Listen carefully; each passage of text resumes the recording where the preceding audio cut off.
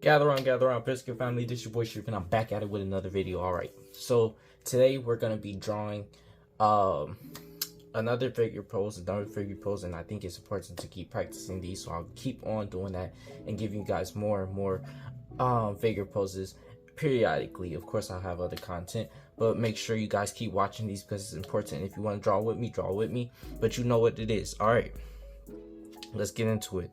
We're going to be drawing the figure that you see on the screen, and this, of course, we're going to use the CSI method that I taught in my previous video on gestures. CSI, let's just write it up there so you guys don't forget. What's it called? So if you guys haven't seen that video, I'll tell you right now, CSI, you just make sure that every curve you do, every line that you stroke, that you make, is either a C curve, like just a curve, a S, or an I.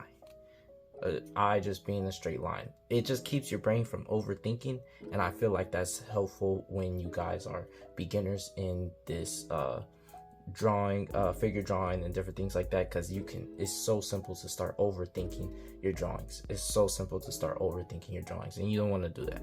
So let's get into it. What's it called? Like I said, I always start with the head, and that showing the relationship of the head and the body. I don't know why, but to me it makes it look like a snowman, which helps me do that. So I draw the rib cage first, and then I go from there with my C's and my S's and my I's. What's it called?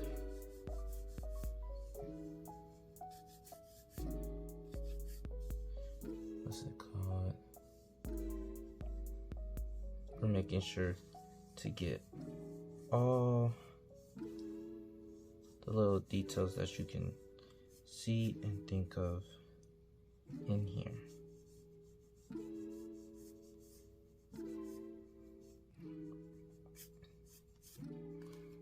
What's it called? Just being intentional with your drawings and your lines and visual representation. There's curves and there's things on her body and other models' bodies that's gonna be different and unique just to that person, and you want to actually represent those things. You want to make sure that you you use your lines, and every line should be with intention. You understand what I'm saying? Every line, you shouldn't be putting down something because, or for you don't know why. You understand what I'm saying? You should be like, okay, I'm putting that there because I kind of see this, or I kind of see that, or it just gives me this feel. Another thing that I had to learn, I didn't automatically understand this, is the fact that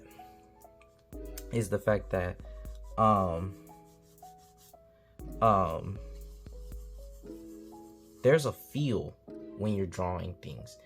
Every line, every curve, every emotion that the person is going through or using, it has a feeling to it, and you kind of want to capture that feeling in your drawing. And being able to do that is truly a skill that that will bring your drawings to a next level. You understand what I'm saying? And with this drawing, I'd just say simply that her feels like more, it's like a mix between dynamic and posture, like straight. Like you can see a lot of straight lines between her when it comes to her arms and her the way her head is shaped, but then the overall pose in itself is just dynamic because she's like leaning and she has her legs stretched out. So so you want to capture that feeling. You don't want to just ignore that fact. You understand what I'm saying?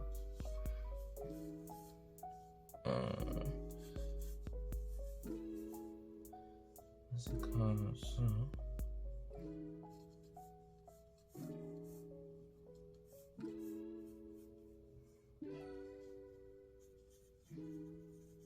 And like I always say, you guys don't worry about speed or anything like that. The more you do it, the faster you'll get.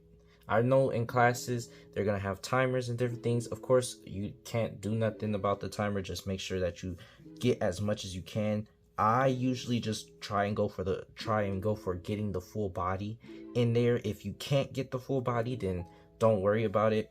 For my classes specifically, we was mostly graded on the long drawings when we would do an hour pose, or any pose less than an hour. It was more like just warm up time. You understand what I'm saying? Getting the class warmed up and different things. But yeah, don't necessarily worry too much about timing. You'll get faster with practice. What's it called?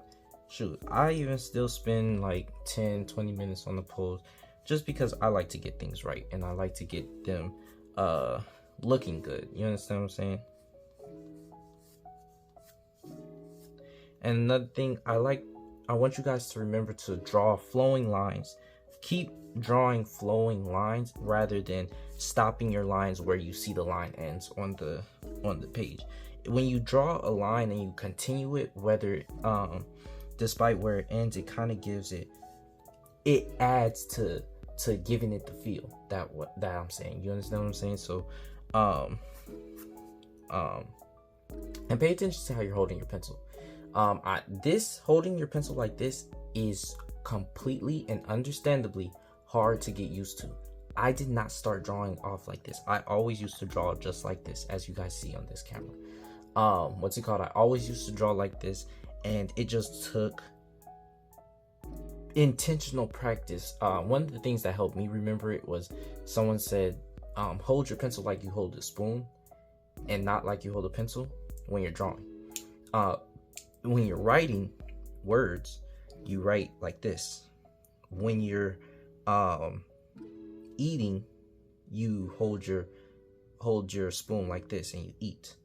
So hold your and when I was able to envision that and think about that every time, like, drawing didn't help me, but for years, I'm telling you, literally like last year is when I got used to doing it like this. Now I just do it like this on instinct. But hold your pencil like this.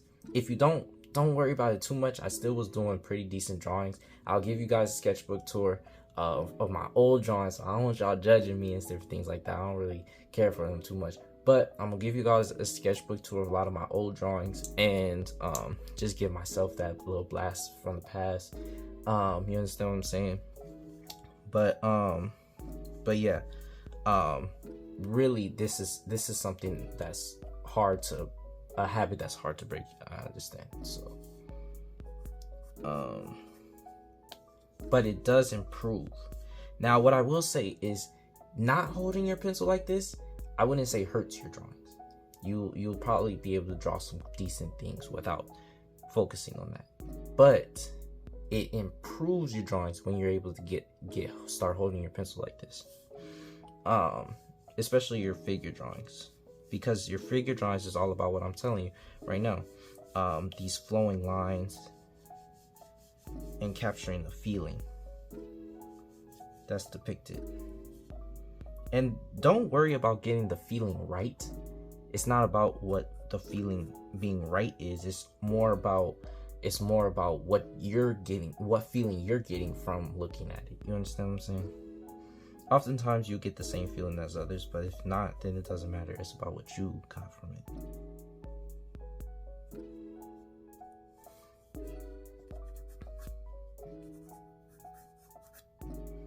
Now I know what you're saying. You're looking at me crazy, and I don't like y'all looking at me crazy. I know, sure, you just drew with like if you was writing with words. I know I just did that. You don't need to tell me. Sometimes you switch out of it because sometimes you have to draw something very specifically.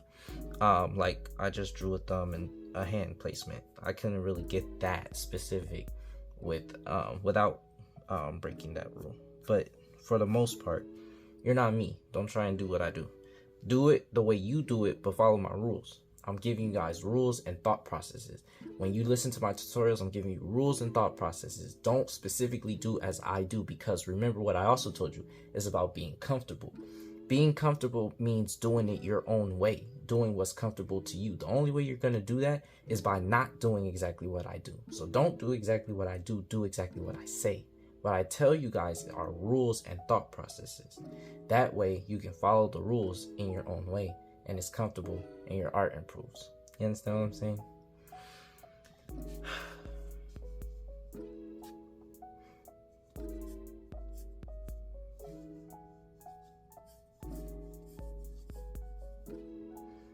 Let's go.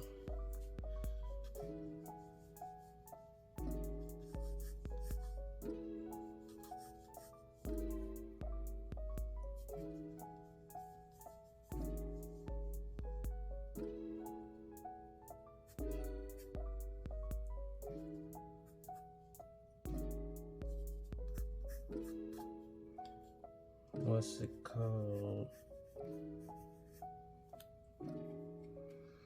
What I'm thinking about doing is probably doing another figure drawing video, just to fill up this area, because I want to fill up this area. You guys know I switched to this white paper so that you guys can see better on the video. What's it called? But that was the main intention behind doing that.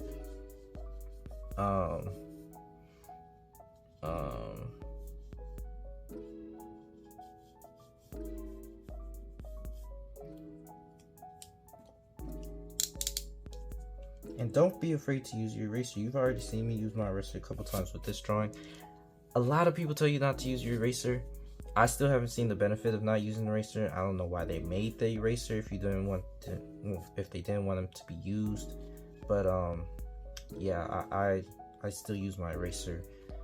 Go ahead and use it. It doesn't really do anything except for help you. So yeah, use your eraser, guys. Don't listen to these people trying to scare you into thinking art is hard. A lot of things I learned that made my art a little bit better than what it used to be was just taking away the stresses of art. I mean, I feel like a lot of times people go on like ranked missions to make just to make art difficult. And I do believe there's a level of difficulty to art, but it's not like making art difficult on purpose.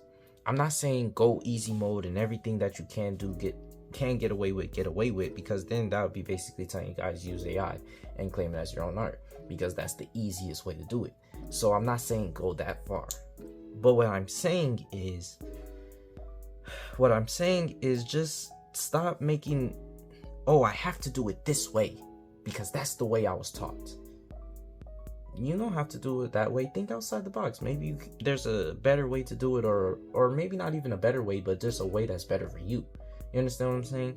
A lot of processes I created my own self just by thinking of them, and was like, well, shoot, I'd rather do it like this because I'd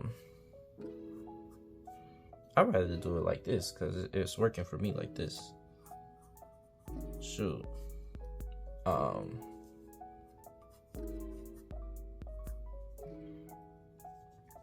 A lot of times it's good to listen to other people's art processes also, only because you might think similarly when it comes to a certain topic as someone, and that way you can improve faster and learn from other people's mistakes.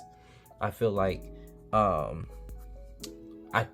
believe that learning from other people's mistakes is essential to growth, quicker growth, I should say, because it's one thing if you can learn from your own mistakes. You're a very smart person if you're able to do that.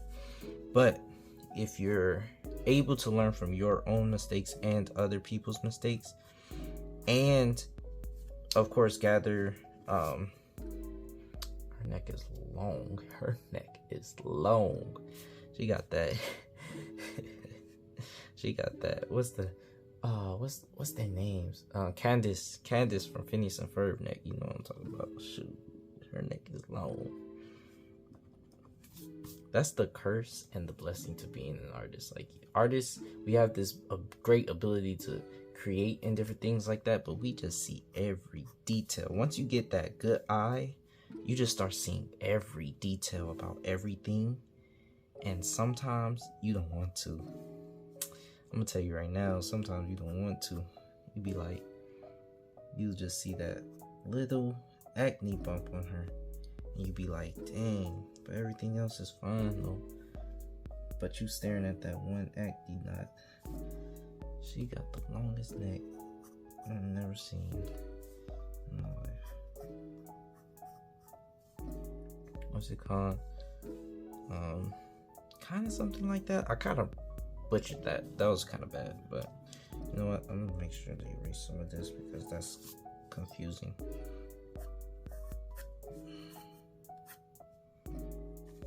I'll probably fix that later.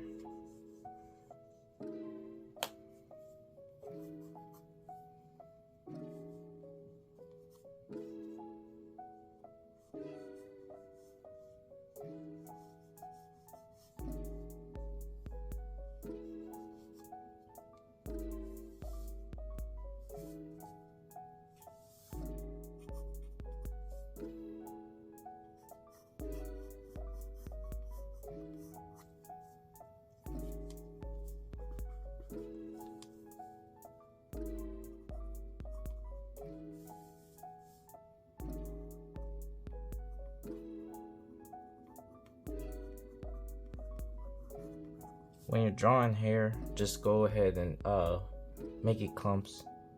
Don't draw every single strand. Try and get a silhouette. Break it up so that you can get its character and feel. Again, a lot of things can be improved if you're able to capture that feel that the hair has.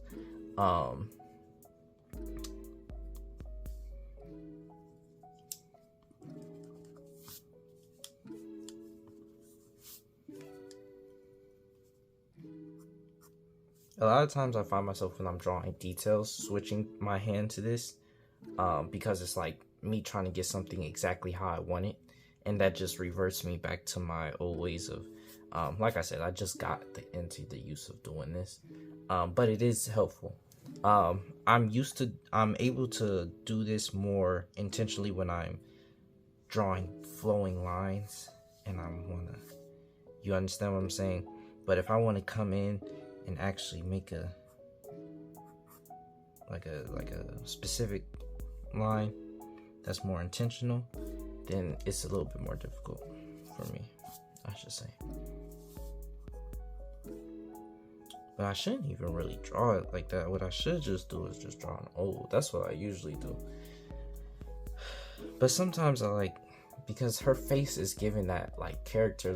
Remember what I said, the feel that I'm getting from her is dynamic but structured, like his posture is, and that face just straight forward. I kind of want to just capture that eye cavity right there. I'm not gonna draw her whole face.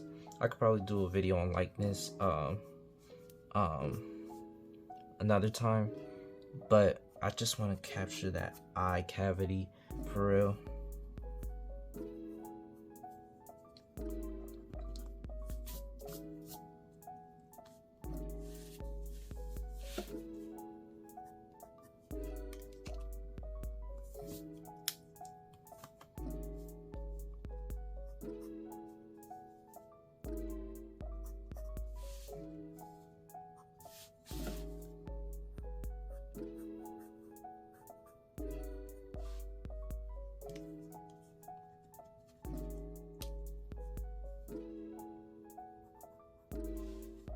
But again, I only switch because it's what's comfortable for me, and if it makes it the process of drawing those tiny details easier for me.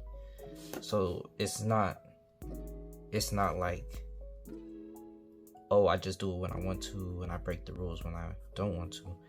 I understand. Well, it is that you're breaking the rules when you want to, but you're breaking the rules because you know the rules. And that's what people always tell you to do. They tell you learn the rules so that you can break them. And I didn't understand that for a long time because it was like, well, if I'm already breaking the rules and I'm only learning them to break the rules, then what's the point? But when you learn the rules first before you start breaking them, what it does is it gives you an idea of okay, this is the problem that rule is solving. How can I break it so that it's easier for me and it still counteracts that problem? It doesn't relive that problem. You understand what I'm saying? So like, for example, the problem with using your pencil is you probably get super exact lines and you kind of lose the feel of the drawing. Okay, well, I'm counteracting that and breaking the rule by simply only using it when I'm in small details, because small details aren't gonna. Now, I didn't think of it like that when I did it, but I'm just telling you guys because I'm thinking of it in hindsight and trying to explain the concept to you. But that's pretty much what I'm going for. Her jawline's more angled than that. And then, what's it called? Yeah, right there. I'm liking that way better.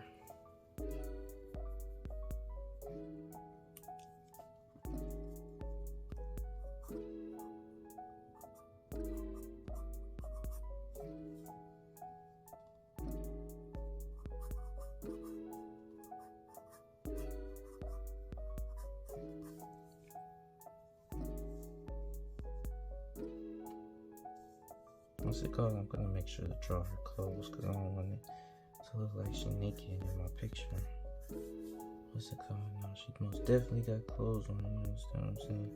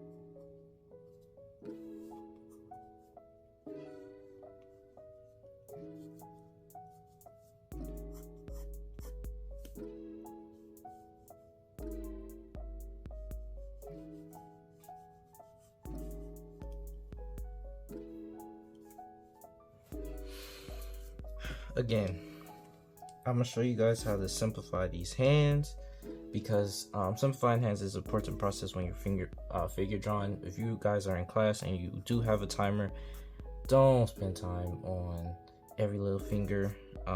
You guys already know hands are hard enough. If you guys are still struggling hands, make sure you guys go to my video that I posted about drawing hands. What's it called?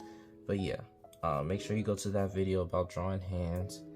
But don't draw every single hand when you're doing it. Kind of just group them together and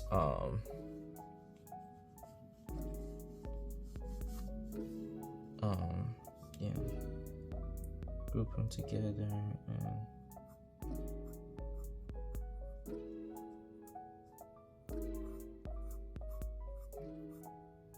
make sure to get the feel.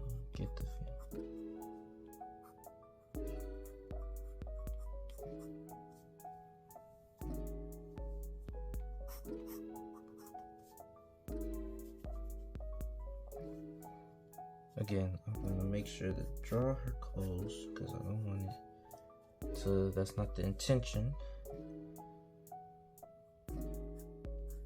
Don't want it to look like she's naked in the video. You know what I'm saying? You know what I'm saying? If you don't know what I'm saying, then good.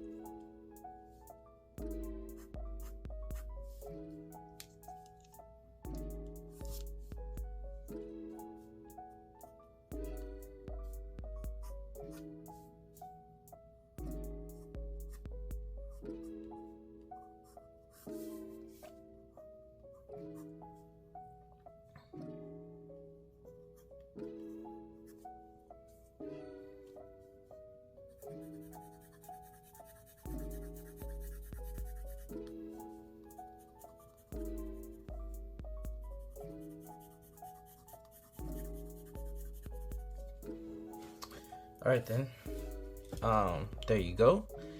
What I plan to do is draw another pose right here in another video, so make sure to go check that one out. Like this video, like that video. I'm dropping gems, y'all. I'm dropping gems. It's all about the thought process. It's all about being comfortable and doing what's best for you. What's it called? And I'm gonna help you guys get to that. All right then.